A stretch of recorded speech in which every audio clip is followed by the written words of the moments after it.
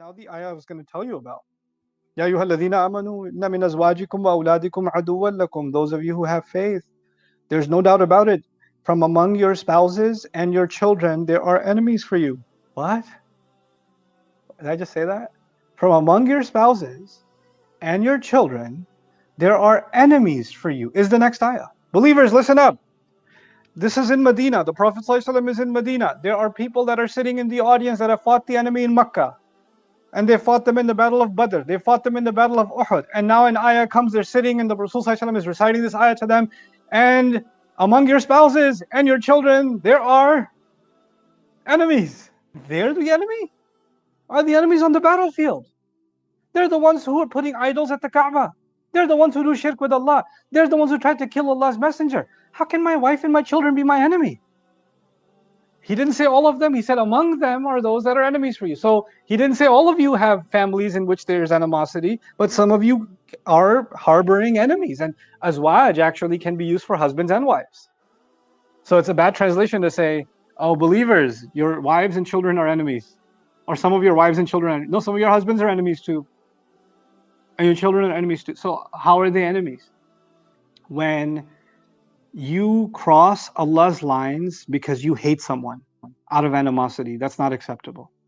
But when you disobey Allah and disobey the Messenger, or trust those that you love more than you trust Allah and you trust the Messenger, when you want to make your spouse and your children happy, while you are okay with making Allah what?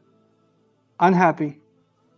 When you put them in a place that only belongs to Allah, when absolute obedience starts going to the spouse and the child, even at the expense of obedience to Allah, then even though you love them and they love you, and you hug them and they hug you, and you eat with them and they eat with you, even though you live your lives together, you're living under the same roof. You protect them, they protect you, they become enemies.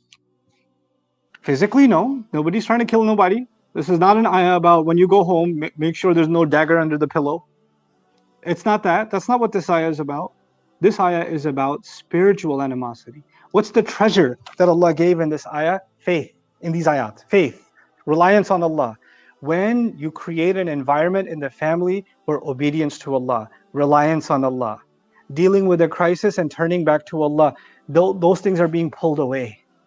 They're being pulled away by spouse or child. Then they are becoming a kind of enemy. Well, if they're an enemy, then we should fight them. Because the rest of the ayah should be, well, if they are your enemy, now that you know that they're your enemy, sharpen your swords. Or get away from them at least. Because they're the enemy. What does Allah say? Inna min azwajikum wa awladikum aduwwan lakum fahdharuhum. Then be careful of them. Watch out for them. Wa in ta'fu wa tasfahu wa taghfiru fa inna Allaha ghafurur rahim. And if you do in fact lovingly forgive, overlook, tasfahu. Tasfahu safaha means to turn the page, meaning they messed up or they said something outrageous that takes you away from your faith. And they said those kinds of things, but you're able to turn the page. Now this is already really getting really hard. So there's a family that even Allah declares can be like an enemy or be an enemy. And then Allah says to you and me, if you can pardon and if you can turn the page, and then what taghfiru, and you can cover up for them. So there's 3 words for forgiveness being used in one ayah. There's no ayah like in the Quran like that, where multiple words for one act, which is forgiveness, is being used over and over again. Because when Allah says lovingly pardon, ta'fu, it's a word for forgiveness at the end. Tasfahu, turn the page, let it go, bury the hatchet, whatever phrases people use. Put dirt on it. There are different expressions for it. Just let it go, move on, right? Which is again forgiveness, isn't it? And then he says, وَتَغْفِرُوا. That's maghfirah is the common word for forgiveness. Actually, literally means to cover it up. Turn the page, cover it up, as if there was nothing turned either. Now the whole thing, the imagery of turning the page means you can't see what's on the previous page. Which means the kind of forgiveness where you don't bring it up. Remember in 1997 when I forgave you? You already turned the page. But the ayah has this remarkable contrast. It started with some people in your family, your spouses and your children and your enemies. Watch out for them. Okay, I'm on guard. And then he says, and if you can lovingly pardon and turn the page and forgive, cover up for them, cover for them too. فَإِنَّ اللَّهَ غَفُورٌ رَحِيمٌ, then certainly Allah is extremely forgiving, always loving and caring. How do we understand this? How do we make sense of this ayah? Because it's giving us two very different pictures. And they're going in two very different directions. Being careful of an enemy is not lovingly forgiving an enemy. Those are two different things. You don't know if they're carrying a sword behind their hand and you come and give them a hug and that's the last thing you ever do. So how do you reconcile? Our families can be the most massive trial. They can be the most difficult trial. It can come from any direction. And it can be a trial from the people you love the most. They don't even have to be abusive to you for them to be a trial for you, even if they are abusive. You know the difference between someone who lost their cool or who made a mistake once or at a certain event or at a certain moment, but that's not their nature. You know who they really are. And what anger does is anger wants us to look at someone and remember their worst moment, and that's all you remember about them. Like your picture of them is how you think of that person, that spouse of yours or that child of yours, is the worst thing they ever did. That's the picture in your head.